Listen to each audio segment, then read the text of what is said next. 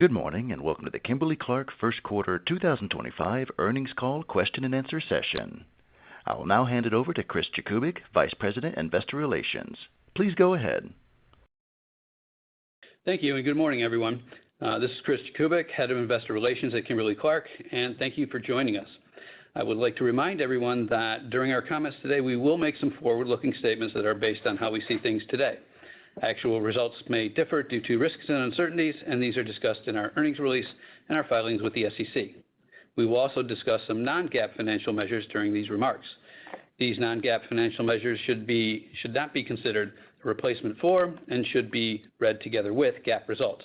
And you can find the GAAP to non-GAAP reconciliations within our earnings release and the supplemental materials posted at investor.kimberly-clark.com. With that, I will turn it over to Mike for a few opening comments. Okay, thank you, Chris. In the first quarter, we continue to make solid progress across the three pillars of our Power and Care strategy, building on the strong foundation we established in 2024. While our top line was somewhat softer than our expectation, the first quarter overall was consistent with our full-year plan. Our results demonstrate that our cascade of innovation across the good, better, best value spectrum is winning with consumers. We held global weighted share while navigating a dynamic environment. Volume plus mix was solid, demonstrating that demand in our categories remains resilient. We made strong progress optimizing our margins and continued to deliver world-class gross productivity enabled by our integrated margin management approach. Our freshly wired enterprise matrix organization is playing a key role scaling initiatives in 2025. And this is enabling us to bring the best of Kimberly-Clark to all markets faster and better than before. In addition, we're on track to generate approximately $200 million of SG&A savings in the next few years. We remain confident in our ability to execute the plan we outlined for this year, even as we navigate a rapidly evolving external environment. In fact, Power and Care gives us a running start. In this evolving environment, we see three keys to winning. We will deliver stronger differentiation at every rung of the good, better, best ladder. We will deliver industry-leading productivity to generate funds to reinvest in the business, drive profitable growth, and address external headwinds. And we'll continue to enable a faster, more agile organization. We're continuing to perform while transforming. We're scaling our transformation and reshaping our portfolio for stronger, more profitable growth over the long term. As we move forward, we will stay true to our purpose and values to deliver better care for a better world. And we remain confident in our ability to unlock our long-term potential for our consumers, our company, and our shareholders. And with that, I'd like to open up the line for questions. Certainly. Everyone at this time will be conducting a question and answer session. If you have any questions or comments, please press star one on your phone at this time. We do ask that while posing your question, please pick up your handset if you're listening on speakerphone to provide optimum sound quality. Once again, if you have any questions or comments, please press star one on your phone. Your first question is coming from Lauren Lieberman from Barclays. Your line is live. Great, thanks. Good morning. I know there's a lot to cover today, but I was hoping we could start with organic growth. So results in North America significantly trailed what we'd seen in scanner, which was pretty strong, actually, and we didn't see in scanner the kind of deceleration a lot of other companies and categories saw during the quarter. And I know in the prepared remarks you mentioned there was no retail destocking, so it'd be great if you could just help articulate what drove the gap in North America performance reported versus what we saw in scanner. And then secondly, just to get to something north of 1.5% to 2% organic sales growth for the year, so better than category growth, implies a significant ramp after the first quarter results globally. So hoping you could just talk a little bit about why we should expect to see that acceleration. Thanks. Sure. Thanks, Lauren. And I'll get started with bridging the first quarter and how we expect the balance of the year to evolve, the acceleration that we are foreseeing in volume and mix, especially as we go into the second quarter. And then I'll ask Mike if he can jump in in terms of some of the key initiatives that are being taken across the globe as we speak. So firstly, as Mike said, our organic sales were slightly below our expectations for the first quarter, while profitability was in line with what we expected, supported by strong productivity delivery, both in costs and overheads. As a reminder, we're lapping the strongest quarter in 2024, in which we grew 5.6% organically last year. There were four factors at play in the first quarter when we unpack organic sales growth, which helped bridge scanner data consumption to what our organic sales came in at. Firstly, as we stated, weighted average category growth was, we had expected to be around 2% coming into the year. That's what we had seen at the end of 2024, whereas for the first quarter, we're in the 1.5% to 2% range.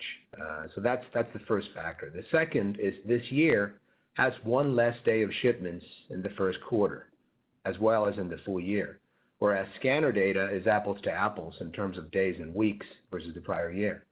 And this is representing about a 100 basis point impact to organic sales in the quarter. Thirdly, we're facing lower year-on-year North America private label shipments outside of the private label diaper business exit we've been highlighting. And this as a whole represents about 40 basis points to total company organic sales. And in the case of North America, which you asked, it's about 2 times that, about 80 basis points of a headwind. And then lastly, we had planned strategic pricing investments in price pack architecture across several markets and categories, including U.S. consumer, which started happening at the very end of 2024, U.S. professional, where we've been maneuvering through a highly competitive environment in certain segments within professional, as well as some of our emerging markets. Now, going into the full year and our expectations in the year to go, first, consistent with our long-term algorithm, we continue to target a volume and mix-based organic growth for the year that's ahead of the categories in our markets. We have a strong slate of new product and go-to-market activations that are happening as we speak. They're being ramped up. We started at the end of March, and that's happening through Q2, parts of Q3, and investing heavily behind it. And that's one of the pieces that should accelerate volume and mix in Q2 and on. The other bit is when we do the comparison against the prior year, assuming shipments are in line with consumption, we should see just less than 40 basis points of a tailwind in 2025 versus 2024 from the retail destocks that we experienced last year. And that's all built into our outlook for 2025. So as we get into the quarterly perspective, it's really going to be basically on the year to go, a comparison of quarter over quarter. And that's the progression that we're seeing. And Q2 in particular should be one of the easiest comps that we have because of the destock level that we saw in North America, which overall would represent a tailwind of around 80 basis points for the company. And again, that's primarily in North America. So overall, we are expecting to see volume and mix to accelerate in the balance of the quarters for the year. And I'll turn it over to Mike for some further perspective on the initiatives. Yeah. Lauren, I'd say, one, we have a strong pipeline to improve our consumer value propositions around the world. And that's why we felt like it was very important, despite some of the external headwinds we're seeing, to preserve the fundamentals of our plan and execute it. And so, overall, I'm going to say a couple things. Growing faster than our categories and markets depends on how well we provide better care for our consumers. We expect to deliver healthy volume and mix-driven organic growth. And as Nelson points out, we do believe that will accelerate in Q2. What's behind that is, a slate of innovation that we've launched. I mean, I mentioned in my prepared remarks, Huggies Snug & Dry North America. That's only recently started shipping. It's barely started shipping, and it's a great product. If you look at the reviews, it compares very favorably to the premium tier, even though it's targeted against the mainstream value shopper. And so, we feel great about the innovation. We also have a broad slate of improvements that have yet to start shipping in international, including Latin America, where we have seen a little bit more softness recently. And, we're going to make some significant product improvements internationally along the same lines, improved product quality. And so that's really the basis. Our whole strategy is predicated on we're going to make better products at a lower cost, and we're going to innovate to do so, and we're going to pull on the matrix to work faster to bring the best of what we have to markets around the world.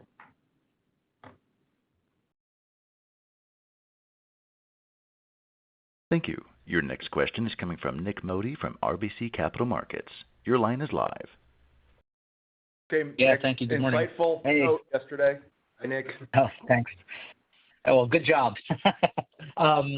So I guess, Mike, the question is just given, the value-seeking pressures that we're seeing pretty broadly that I think we can all agree will probably persist for at least the next few quarters. You talked about innovating at different tiers and, but how do you manage that along with, the price mix, and kind of your margin cadence, right? So just trying to get an understanding, like, is the revision just a tariff-related thing, or are you also baking in some kind of mix weight as you kind of innovate more on the more of the value end of the market? Yeah, Nick, I would say the revision of the outlook is primarily headwind cost related, right? And I'll say strategically, I think as we're implementing our innovation strategy and our marketing strategy, I think we've accounted for some of the mix differences. But I want to say a couple things. One is that our categories continue to exhibit very resilient demand. I mean, the category growth, as Nelson pointed out, has decelerated, but it still remains healthy. It's 1.5% to 2% versus 2-ish at the start of the year. That reflects a little bit less pricing, as we had highlighted in international. And then there is some frequency and softness across Latin America, which is under the gun economically as well. I will say though, in our categories, they are daily use categories, and consumers remain interested in the product performance, and they're interested in better performing products. I think, Nick, increasingly affordability has become paramount. More than kind of it's been in my dozen plus years here at KC, and so we're very focused on that. We recognize that situation, and we understand the burden that I would say the middle income to lower income households are dealing with, and so we are. Our strategy is to we said in the prepared remarks, cascade our innovation from premium throughout the tiers. And again, I think the Snug and Dry example that we pointed out. I think one of the analysts sent us yesterday the reviews. They compare very favorably to our Tier 5 product, and we're okay with that. Part of that is how we manage the mix and the margin structure, but also, I'd say, we're going to prioritize winning the consumer and winning the share, and then, part of management's job is to figure out how to solve the mix issues, and our teams are doing that. So what we want to do is put the best product in front of the consumer and get them into the Huggies brand or the Kotex brand or the Depend, brand, and that's our job, job one. And then, secondarily, we'll be able to manage the mix over time, we think. Great. Thanks, Mike. Okay. Thanks, Nick. Thank you. Your next question is coming from Dara Mohsenian from Morgan Stanley. Your line is live. Hey, good morning. Hey, Dara. Hey, Dara. So just wanted to get a bit more detail on the incremental $300 million in tariffs. I get the dynamics are rapidly changing on the tariff front. It did sound like previously you felt the tariff impact will be more manageable. So really two questions. Just first, short term, Nelson, why is the situation more burdensome than previously believed? Can you give us some detail on where specifically the incremental $300 million is coming from? Is it pulp? Is it China? How much are other buckets, et cetera? And how much you're assuming you can offset through both price and productivity when you look at the full year guidance? And then the second, maybe a similar question just from a longer term perspective. Mike or Nelson, back at Analyst Day 13 months ago, there was a lot of time spent on how you're able to potentially price quicker, more precisely, drive mix to offset cost issues, et cetera.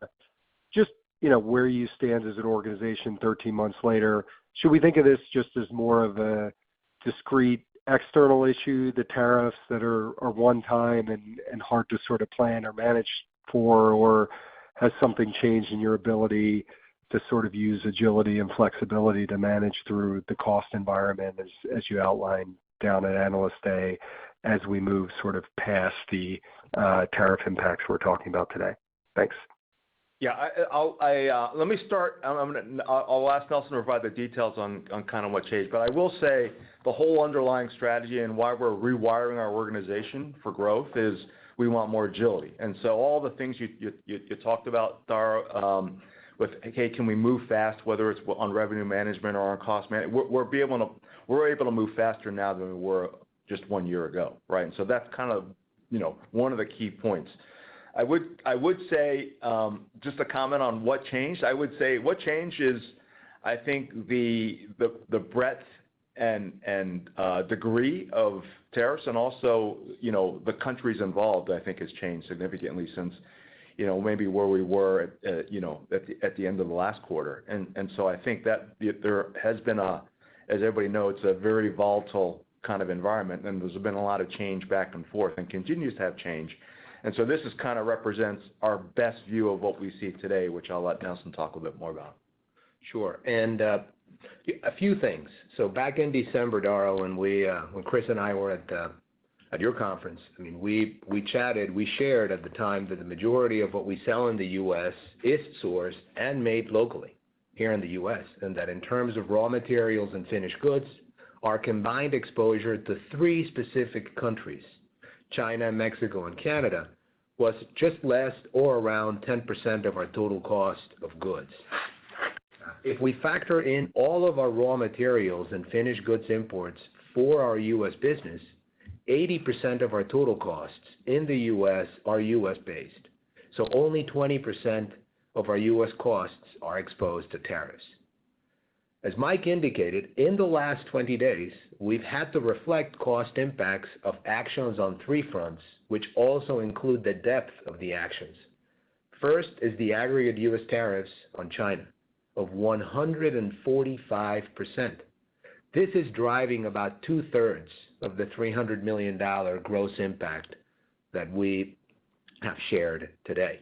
That's largely on finished goods, per your ask of the breakdown. The other element is U.S. reciprocal tariffs, to Mike's point about breadth and reach, and that's about 10% that have been put in place on other countries, which we source from, and this is representing about 10% of the $300 million impact. And then lastly is the set of retaliatory tariffs that have been announced by other countries on the U.S., and this is representing around 25% of that $300 million. We're working fast through actions to mitigate these costs, and frankly, the learnings that we had in the 21, 22, 23 cycle have come in pretty handy. And the other bit is that we're 1 year into our Power and Care transformation. We recently hosted many of you at our Beach Island facility to showcase some of that transformation and in action and what we're doing about it. And frankly, at this moment, we're much better positioned to handle through many of these headwinds. Now, it takes a little bit of time. You can't solve that overnight because we're having to reaccommodate some of the elements of our supply chain, and we intend to already be able to address about 1/3 of the impact this year. Now, it'll take us through 2026 to pretty much be able to address the whole element in a consistent manner based on what's been enacted today. As always, we will keep our consumers at the center of any course of action that we take to make sure that we're having the right value props in place. All right, Dara, we're going to give it to you like a fire hose because sorry, we got a lot to say on this, but I will say, the big thing I want to emphasize is, and there may be some semantics here, but you mentioned, is it a discrete item? And at this point, I am treating it as a discrete item, right? There's an externality that we don't think will continue to recur over time. And so, what we want to do is run our plan as intended, right? And give the innovation and the marketing and all the productivity plans, room to breathe, and so we want to execute those. So our global network, I really feel strongly, positions us to navigate this volatility in the environment very, very well. And so as I mentioned, Power and Care, the strategy that I outlined, I think we continue to be very committed to that strategy. We want to differentiate our brands through superior innovation and activation. We want to deliver world-class levels of productivity. We want the organization to work faster. And so those are all, I would say, evergreen things that would be good in any economic environment, but especially in this environment. And then the other thing I want to point out is that this change in the tariff environment, while it presents a near-term challenge that we just kind of went through, it also presents some opportunity. And so, we feel like the best approach to mitigate the headwinds is, to re-optimize the network, right? And so, what this has done is change kind of like the costs at different nodes of our network and change some of the operating constraints. And so we just have to rerun the model and, in my words, kind of re-optimize, what our flows are, right? And so that's part of, what we all signed up for. I think the other thing is, over the last couple of years, we've really enhanced our ability to deliver better products at lower cost. Huggies Snug and Dry is a great example, with the U.S., China, and the rest of the world working together to deliver a superior proposition. And so we also think that there is going to be more value-oriented volume to be earned, and we're confident in our ability. So we're going to maintain brand and product support that we anticipated at the start of the year, and then we are working hard to accelerate savings so that that we can drive durable solutions. So can I just quickly follow up? Yes, no, that's very helpful and a lot of detail. The value-conscious consumer that you've talked about in the prepared remarks and so far in Q&A, how much of that have you seen so far versus it's more of a forward expectation? It sounds like that's more expected from here. And you obviously talked about the broader product offering, the innovation, winning with consumers. But just can you talk about the need for maybe investing in affordability and the pricing side of things, particularly given the pricing result that we saw in the quarter here in Q1? That'd be helpful. Thanks. Yeah, I mean, I think it's a subtext in our whole discussion, which is we've been seeing it, Dara, and you probably have been seeing it in our categories over the past year, right? I think there's been a migration to, opening price point, where that typically has meant more affordable price package sizes that consumers could get into. And that's primarily for lower income households. I think on the higher income households, they're even seeking value by, I would say, larger counts at lower price per unit, right? And so we've seen both ends of it. And I think this was in the prepared remarks, which is if you look at kind of the impacts on, costs that are going to be hitting the average consumer in the U.S., I think budgets are going to be tight. And so affordability for us is core to our strategy here. It's why we highlighted what we're doing on Snug and Dry, which is our mainstream value play here on diapers in the U.S. We have that same strategy around the world and also across our categories. We want to be, we want to offer a great product offering at the premium end, and that is going to continue to be a big growth driver for us. But we want to cascade the product innovation that we have at the premium end throughout the tiers that we offer. And then we'll let the consumer decide about which products they want. Thanks. I'll get back in queue. Okay. Thank you, Dar. Thanks, Dar. Thank you. Your next question is coming from Anna Lizzul from Bank of America. Your line is live. Hi, good morning, and thank you so much for the question. First, I did touch on costs as well. The cost environment is certainly creating more pressure, and it is a very fluid environment. Or just related to marketing, is this impacting your ability here to invest, or are you considering different means of where and how you're reaching different consumers now, just given they are more pressured? And then related to innovation, of course, understanding that plans have been made for this year, consumers are expecting to be more value conscious? Does this impact your longer term strategy at all and thoughts around a more premium portfolio? Yeah, so a few things. I'll start with the cost environment and what we're facing. So I'd like to separate it into two elements, and I'll build on the discussion we just had on the $300 million linked to the tariffs. Coming into the year, we expected costs to be largely in line in terms of inflation versus what we experienced in 2024. And that was around $200 million. That remains about the same. That has not changed. So costs excluding the impact from tariffs have remained largely in line with what we expected at the beginning of the year. So that's one. What we're having to address is the $300 million of incremental gross impact from the tariffs. And as Mike said, this is something that we see as more discrete. We're rapidly moving to address at least a third this year and the balance of it going into next year.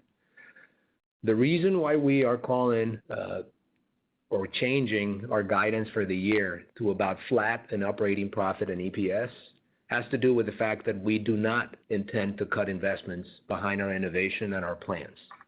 For the first quarter of the year, we invested at around a 6% level of advertising behind our marketing initiatives and our new products and existing platforms, which was largely in line with prior year. And we intend to continue doing that as the year progresses because we've got significant innovation that's been put into the marketplace and it's going into the market. There are pockets of initiatives that will be taken as well in terms of investments beyond just brands, and it has to do with our supply chain. We intend to maintain our investments in the business in terms of capital expense. For the year, we called at the beginning of the year around $1 to $1.2 billion. It largely has to do with the transformation of the supply chain as we're into the second year of Power and Care, and we are maintaining that level of investment despite the headwinds that we just talked about. So overall, I would say there's no impact to the long-term strategy. And we remain steadfast on progressing our Power and Care strategies and ensuring that we can drive sustainable, profitable growth with solutions to unmet consumer needs for years to come. But Mike? Yeah, and at the risk of providing too much transparency, here's what I'll say, which is, look, we recognize that there's this discrete cost headwind. We believe we can, generally offset that over time by reflowing our network, right? By resourcing kind of where we're making product and where we're shipping it from, and as you take that into account, they're mostly supply chain moves that are the solution. So if we believe that, Anna, then what we're trying to avoid doing is reducing quality in our product that's working or cutting marketing that's working, and giving our plan a chance to breathe and perform like as we're seeing year to date, right? And so that's really the kind of the underlying thesis that we have, and we feel like it's the right play for us. That's very helpful. Thank you so much. Thank you. Your next question is coming from Javier Escalante from Evercore. Your line is live. Good morning, Mike, Nelson, Chris. My question Javier. has to do. Hey, Javier. Hey, how are you guys? My question has to do with the use of pricing to drive mix, and if you can split the discussion between emerging markets and North America, right? Particularly emerging markets, you see currency headwinds, and you are making price investments. I know that this is a financial reporting issue where you are making, the price investments not necessarily correlate with what you are taking pricing to do the so-called PNOC.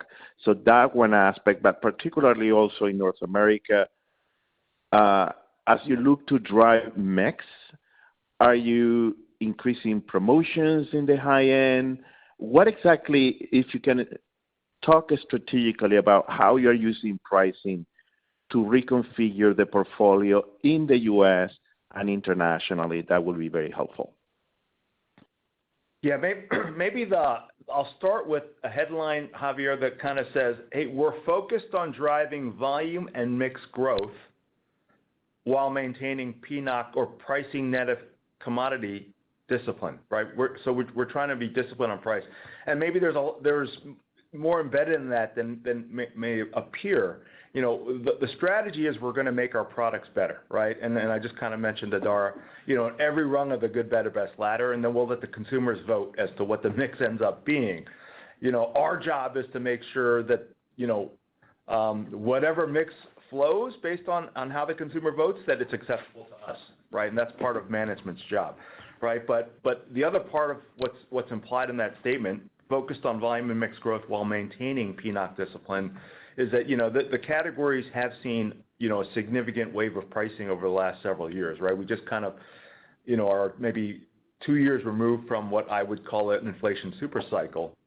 And so what we've been a little more focused in our current strategy is really anchored on, hey, improving the product quality, driving positive mix through premiumization by making premium products that the consumers desire, right? And then over time, cascading that innovation throughout our value tiers. And so that's really what we're driving. There's no really significantly different strategy on a country by country or category by category basis to kind of optimize based on pulling different pricing levers. I mean, again, our teams, the directions of the teams is they have to have, you know, pricing net of commodity impact discipline. But we want to drive, you know, the volume plus the mix growth. I don't know if that answers kind of what you're looking for, Javier. Yeah, sure. But let me drill down a little bit on North America specifically, right? If you can comment on the promotional environment as you see it or you saw it in Q1, and what we should expect for the balance of the year, given that you have more innovation coming in, and I suppose that you want people to try that out. At the same time, coincides with the tariff, right? And so help us understand how you see the balance of the year use of pricing relative to your innovation. Yeah, well, I think maybe it starts with the philosophy that, you know, we don't really see promotion as a sustainable driver of growth. You know, we do see it as a useful trial vehicle for innovation, right? And so that's kind of the focus. You know, why do we have that attitude? We offer daily essentials that have, as you know, low substitution. So really, if you think about our categories, promotion overall for the category doesn't grow consumption, right? You know, just because I promote bath tissue doesn't mean you're gonna go more often, right? And so, you know, thus far what we're seeing is, sorry, you laughing there. The category demand remains resilient, right? And you know, but you know, we do see promotion as an important tool to support trial. Kleenex is a great example. You know, I think we were up over 400 basis points on share last year.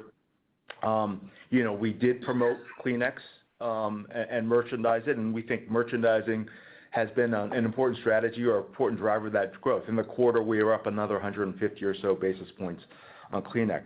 So that's a good one. You know, with Huggies Snug and Dry and, you know, Huggies Skin Essentials, yeah, they're great new products. We want them in consumers' hands. You know, we are going to spend some time promoting them, right? But, you know, it's not a promotion-driven strategy, but it is part of the overall plan to drive trial of the products that we want consumers in the consumer's hands, right? So that's kind of what we're doing, and I would say we're operating consistently around the world on that. The big thing for us is, you know, and this is beyond North America, we want to cascade great innovation. You know, we want to drive it in the premium tiers, and we want to cascade it throughout our tiers around the world. And just to build one more point, Javier, I mean, you're always going to see some elements of moves across channels in price pack architectures. And that's something that, again, we activated at the end of last year as part of our, you know, reaccommodation of the channel strategy. But that's more of, you know, adjusting to the realities of the marketplace and where we see the growth coming. But that's not, you know, in it for us to be promoting, as Mike said. So it's very different. And the other bit is, remember, integrated margin management including our productivity plans, allow us to be able to flex when needed to make sure that we remain competitive, not just in the U.S., but across the globe. Okay, thank you, guys. Okay, thanks, Javier. Thank you. Your next question is coming from Bonnie Herzog from Goldman Sachs. Your line is live. All right, thank you. Good morning. I have a question on guidance. I guess I'm trying to bridge the gap between your new EPS guidance versus prior. So hoping you could maybe walk through the different puts and takes. You know, you're now guiding currency neutral EPS growth of 50 bps at the midpoint versus roughly 6.5% prior. You know, you certainly highlighted the negative impact from tariffs of $300 million. So could you walk through some of the other assumptions or puts and takes to your new EPS growth guidance? I guess hoping you could, you know, help quantify the impact you expect from stepped up productivity savings, as well as what sounds like your expectation for greater price investments this year, as you've kind of mentioned, Mike, you know, to really improve your competitiveness and affordability. And I guess in the context of that, you know, how big of a risk is there that you're going to need to maybe increase investments further to improve, you know, your competitiveness, especially if private label pressures intensify in an economic slowdown? Ultimately, I'm just trying to understand what's factored into your guidance, your new guidance. Thank you.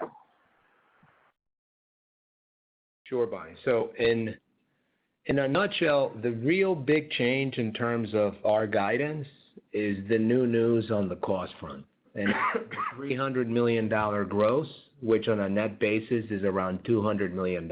That's the real move, and that's what brings us to about flat on the year, give or take, on both operating profit and EPS. There are slight moves on the currency, but there are also moves elsewhere. That's not really driving it. It boils down to the $200 million net headwind that we see for the year. That's really what's in it. And you know, it is reflected in terms of our expectations of gross margin, and that's what we're building inherently in the outlook that we're providing today. Because what's going to happen and what we foresee is Q2 will be the biggest impact from a headwind related to the tariffs. They're in full swing right now, and again, we've only reflected in this outlook what's been enacted both domestically here in the U.S. and outside of the U.S. And as such, thinking about the quarters, we would expect a headwind of around 200 basis points for Q2 versus prior year. That, you know, as we progress through the year, that would be mitigated as we enact all the different changes we're doing in terms of our supply chain, and the mitigation plans are being enacted and implemented. The other bit is, does it impact our ability to invest? No. As we stated at the beginning, we intend to keep investing behind the innovation and the marketing plans that are in place and in play today, and we're not going to stop any of the investments in our supply chain. If anything, we'll have to accelerate some of them as part of the mitigation plans that are being implemented. The other thing I'll add, Bonnie, and I think part of your question was on, you know, the stretched consumer and yeah. You know, what do we do about that? I think, you know, one is, this is not a new trend, and so, you know, we all kind of saw where the puck was going, you know, last year, and so, you know, one of the hallmarks of the plan for this year is, you know, what we're doing with, I mentioned on Snug and Dry, or our mainstream value, which is we want to improve our mainstream value offering. You know, our approach would be, let's improve the product and give that a chance, you know, for the consumers to touch and feel that and get that in the house. Apparently, you know, I was just looking at the online reviews yesterday at some retailers, and you know, it's the new Snug and Dry is almost 5 stars out of 5, right? And so it's a great product. You know, we feel great about that and that approach.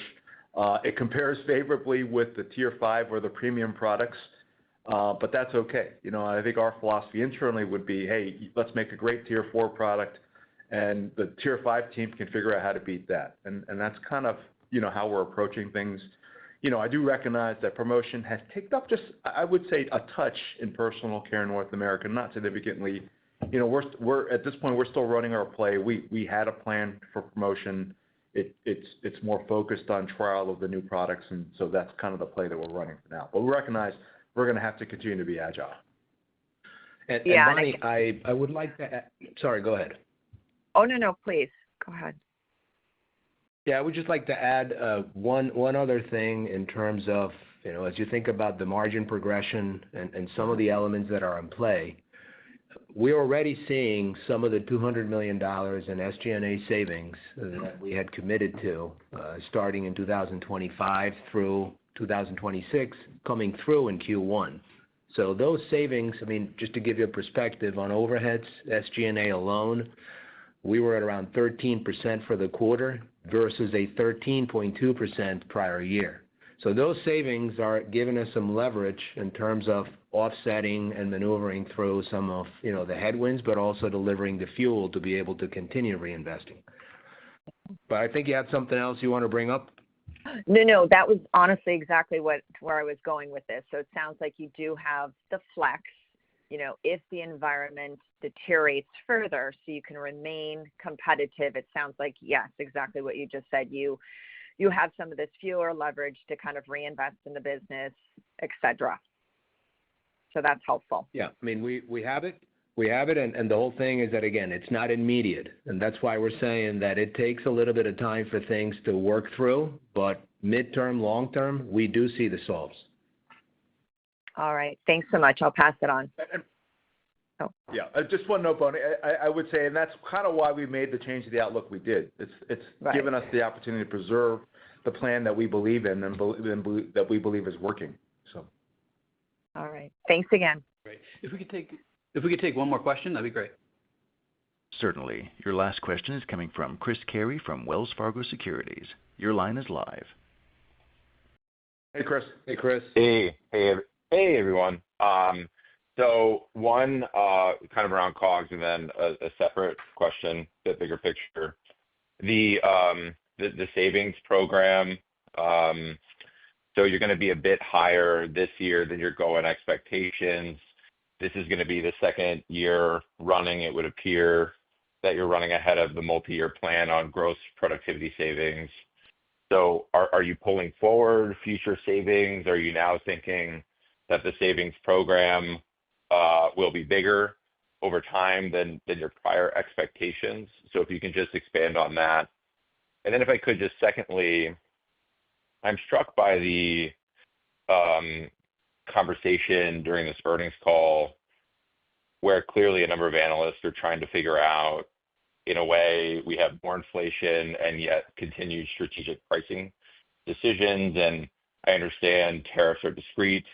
But nevertheless, it is interesting in the context of your analyst day when it was, you're kind of making the case that you can manage through these cost environments maybe a bit more with a bit more agility. And so is this your decision, to basically take a little bit of the hit on tariffs to keep the plan in place, or are we perhaps talking about a retail environment where you're unable to pass through higher costs for tariffs as retailers themselves are dealing with a lot of incremental tariffs on gen merch and other such categories? So I wonder if you could just comment on maybe like why you're sticking to this pricing program outside of just, well, we want to stick to the plan. I wonder if there are other things going on. So thanks for those two items. Yeah, at the risk of oversharing, I'll just try to illustrate a little bit, Chris. It's a complex. The tariff situation creates unusual complexity because companies have different positions and different, I would say, sourcing strategies for different markets, right? And so it's not as simple as, well, tariffs are in, so you price it all away, right? Because and in our case, why wouldn't we do that? Well, because we believe we can mitigate most of the cost by switching sourcing. So, in some cases, we have competitors that don't have to switch sourcing because they're sourcing locally. And so you would price yourself to be uncompetitive and risk kind of eroding that business or taking it out, while you could have solved it by switching your sourcing solution. The problem with the sourcing is it takes longer because we don't have everything exactly where we need it now, right? And so because the world changed. And so that's why there's a hit to this year, which we think we will mitigate into next year or the year after, is because, we can mitigate it over time with supply chain moves, but that they take some time to manifest. And so really that's kind of why you're getting the guide that you're getting. It's not an external kind of set of factors. It's more about us wanting to preserve kind of the plan that we have that we think is the right plan and working, and then also recognizing that we have a solution, but that solution is going to take a little time. And then on the savings program and the progress that we're making against our stated target of $3 billion in 5 years. Chris, as you rightly mentioned, I mean, we had a very good year in 2024, our first year of the program, in which we delivered 5.9% of gross productivity, about $745 million of savings. And for this year, we've had a good start. Q1 was about 5.2%. And we've stated that our aim is to be in the upper end of the range of the 5 to 6%. So we are projecting another strong year in terms of gross productivity. The approach on integrated margin management that we started working on a couple of years ago is paying dividends. And really, it's being embedded in our culture, and it's given us enterprise-wide visibility and accountability to be able to drive over time margin enhancement across all of our businesses and be in line to deliver our stated target of at least 40% gross margin by the end of the decade and at least 18 to 20% operating profit margin as we exit this decade. It's not going to be linear, as we said. I mean, we look at it more on a year-over-year basis and a sustained period of time. In terms of are we prepared to take up the $3 billion for the 5 year? At this moment, we want things to kind of play out over time. We're very encouraged by the opportunities that we see ahead of us. We're very encouraged by the second year that's in front of us, but we're only in a year anniversary since we launched the Power and Care program. So excited about the future on this end and the opportunities that this will create for us.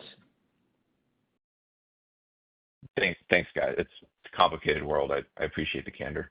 Thank you. Okay. Thank you, Chris.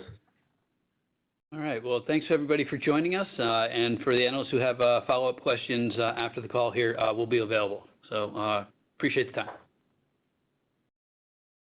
Thank you. Everyone, this concludes today's event. You may disconnect at this time and have a wonderful day. Thank you for your participation.